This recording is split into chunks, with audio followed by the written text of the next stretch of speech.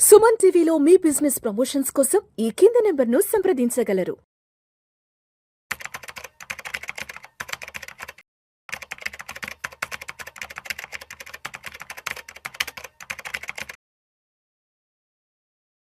గిరిబాబు గారు నమస్తే సార్. నమస్తే అండి.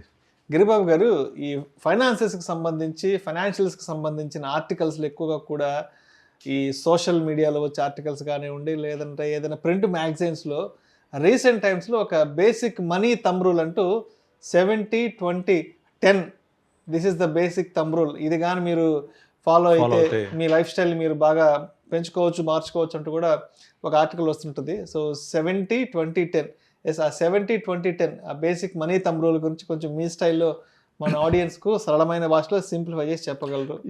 యాక్చువల్ నేను కూడా చాలాసార్లు చూశాను.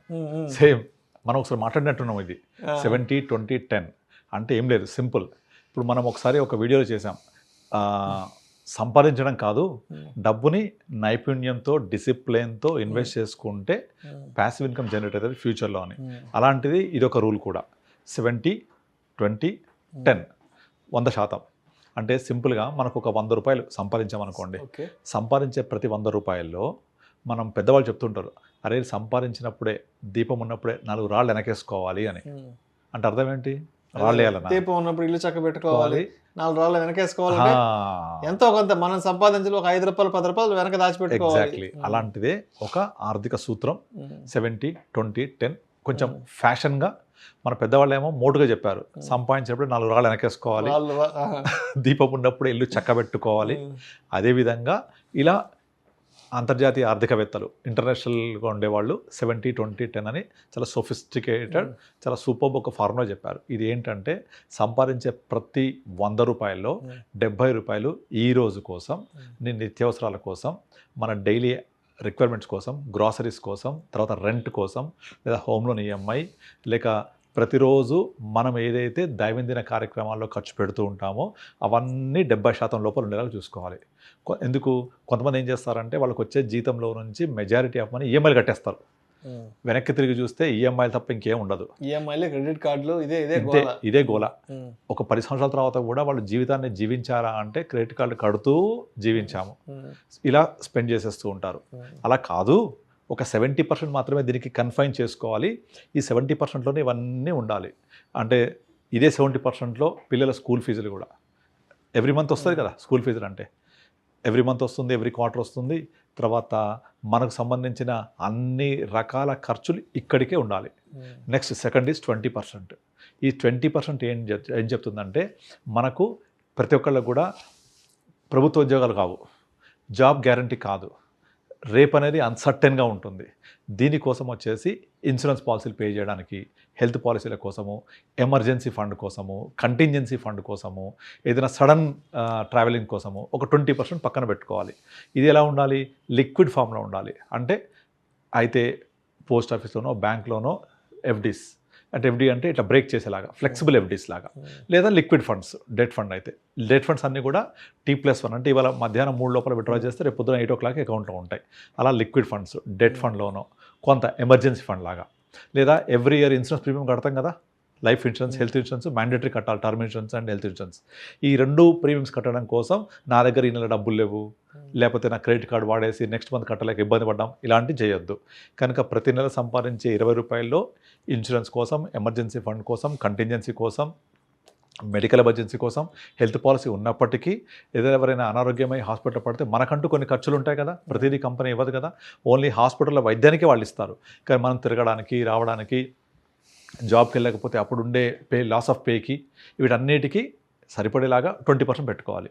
ఇది అయిపోయింది 20. ఇంకొక 10% రేపటికి అంటే రేపు పొద్దున నేను రిటైర్ అయినప్పుడు, లేదా మా చిల్డ్రన్కి మ్యారేజ్ అయ్యేటప్పుడు, లేదా నా పిల్లలు పెద్ద అయిన తర్వాత వాళ్ళకు ఉపయోగపడేలాగా, లేదా నేను రిటైర్ అయిన తర్వాత నేను నా భార్య మా శేష జీవితం గడపడానికి 10% కంపల్సరీ మినిమంగా పెట్టాలి. అయితే ఈ రేషియోస్ ఇలా ఫాలో అవడం వల్ల ఉండే అడ్వాంటేజ్ ఏంటంటే, ఫస్ట్ ఆఫ్ ఆల్ మనకు డిసిప్లిన్ వస్తుంది. ఇప్పుడు చాలామంది యంగ్స్టర్స్ మనం అడిగామనుకోండి, ఇది 70-20-10, అరే పోయా చెప్పొచ్చావు, నేను ఇంకా బైక్ కొనుక్కోలేదు, గ్యాడ్జెట్స్ కొనుక్కోలేదు, కారు కొనుక్కోలేదు, ఇవన్నీ కొనుక్కోవాలి అని చెప్తారు. కరెక్టే, డెఫినెట్లీ కొనుక్కోవాలి, ఎంజాయ్ చేయాలి. ఎందుకు? నేను 60 పోయిన తర్వాత ఈ కార్లు ఎంజాయ్ చేయలేను, గ్యాడ్జెట్స్ ఎంజాయ్ చేయలేను, బైక్ ఎంజాయ్ చేయలేను కదా. కనుక ఎప్పుడు ముచ్చట అప్పుడే తీర్చుకోవాలి కదా. పెళ్లి కూడా ఎప్పుడు అవ్వాలి అప్పుడు అవ్వాలి, ఆ టైంలో ఆ వయసులో అవ్వాలి. అలా జరగకపోతే మీరు వేరే వయసులో జరిగింది అనుకోండి పెళ్ళి, దాని ఫ్లేవర్ ఎంజాయ్ చేయలేము. అలాగే ఐస్ క్రీమ్ తిన్నా కరిగిపోద్ది, తినపోయినా కరిగిపోద్ది, లైఫ్ కూడా అంతే. అంతే కదా, ఐస్ క్రీమ్ చేత పట్టుకుంటే ఆగదు, అది తిన్నా కరిగిపోద్ది, తినపోయినా కరిగిపోద్ది. కనుక మనకున్న 70% కనుక ప్రాపర్గా యూటిలైజ్ చేసుకొని 10% ఫ్యూచర్ కోసం పెట్టుకొని, ఇవాళ కావాలి రేపు ఇంపార్టెంటే, అలా ప్లాన్ చేసుకుంటేనే ఈ యంగ్స్టర్స్ కూడా వాళ్ళ గ్యాడ్జెట్స్ అయితే ఏంటి, లేకపోతే ఇంకా ఇప్పుడు యంగ్స్టర్స్కి వాళ్ళకి పెళ్ళైన తర్వాత అప్పుడు ఫ్యామిలీ స్టార్ట్ అవుద్ది, కానీ ఫ్యామిలీ కంటే ముందు రెంట్ ఎక్స్పెన్స్ ఉండదు కదా, అలాంటి దీనికోసం వాడుకోవచ్చు. ఏదైనా సరే 70లో ఫిక్స్ చేసుకోవాలి. నీకు రెంట్ ఉండదు కాబట్టి use that money for gadgets, rent ఉండదు కాబట్టి హోమ్ లోన్ అప్పుడే స్టార్ట్ అవ్వదు కాబట్టి దీన్ని వేరే ఇలాంటి మన కోరికలు తెచ్చుకునే అవసరాల కోసం వాడుకోవచ్చు. 70, 20% for your contingency, 10% for the investment. ఇలా చేసుకుంటూ వెళ్తే ఏ ప్రాబ్లం ఉండదు. మళ్ళీ చాలామంది ఇంకోళ్ళు ఏం చేస్తారు, నాకు చాలామంది దగ్గర పర్సనల్ లోన్ ఈ మధ్య కామన్గా చూస్తున్నా ప్రతి ఒక్కళ్ళకు, ఈ లోన్ రేట్ కూడా బాగా పెరిగిపోయింది అన్ని బ్యాంకులలో ఈ మధ్యకాలంలో. ఎందుకు ఏం చేస్తున్నారంటే లోన్లు తీసి ప్లాట్లు కొంటున్నారు. ఎంత అంటే విపరీతంగా కొనేస్తున్నారు. మొన్న ఒక క్లయింట్ వచ్చాను దగ్గరికి, మొత్తం 11 ప్లాట్లు ఉన్నాయి మొత్తం వాళ్ళ దగ్గర. ఆ 11 ప్లాట్లు మంచి శాలరీ, ఇద్దరికి కలిపి ఒక 5-6 lakhs దాకా వస్తుంది ప్రయాణం, అంటే ఆమె బిజినెస్ ఈయన ఎంప్లాయ్మెంట్ ద్వారా. కాకపోతే ప్రాబ్లం ఏమైంది, సడన్గా బిజినెస్ డౌన్ అయింది, శాలరీ తగ్గిపోయింది, లేదా శాలరీ స్టేబుల్గా లేదు. ఆ బిజినెస్ మెయిన్గా మేజర్ ఇన్కమ్ అంటే 80% బిజినెస్ ఇన్కమే. సడన్గా కొన్ని రకాల కారణాల వల్ల బిజినెస్ డౌన్ అయిపోయేసరికి ఈ లోన్లు కట్టలేక, అప్పులు తీర్చలేక, ప్లాట్లు అమ్మలేక సతమతమవుతున్నారు. వాళ్ళకి ఒకటే అడిగా నేను, మీరు మీ ప్రైవేట్ లైఫ్ కనీసం ఎంజాయ్ చేస్తున్నారా, హ్యాపీగా ఉన్నారా, లైఫ్ లీడ్ చేస్తున్నారా అని.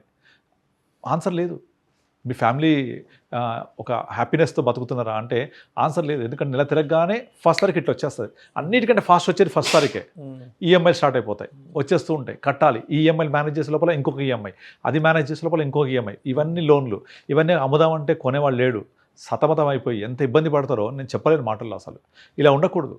కనుక మనం ప్రతి రూపాయిని 100 రూపాయలు జీతం వచ్చింది అంటే అందులో 70-20-10 ఇట్స్ ఎ ఫెంటాస్టిక్ ఫార్ములా. అలా ఫాలో అవుతే లైఫ్ విల్ బీ జింగాలాల. Thank you sir, thank you so much Giribabu garu. 70-20-10 basic money rule గురించి చాలా చక్కగా సింప్లిఫై చేసి మన ఆడియన్స్కి కన్వే చేసి thank you so much sir. Thank you.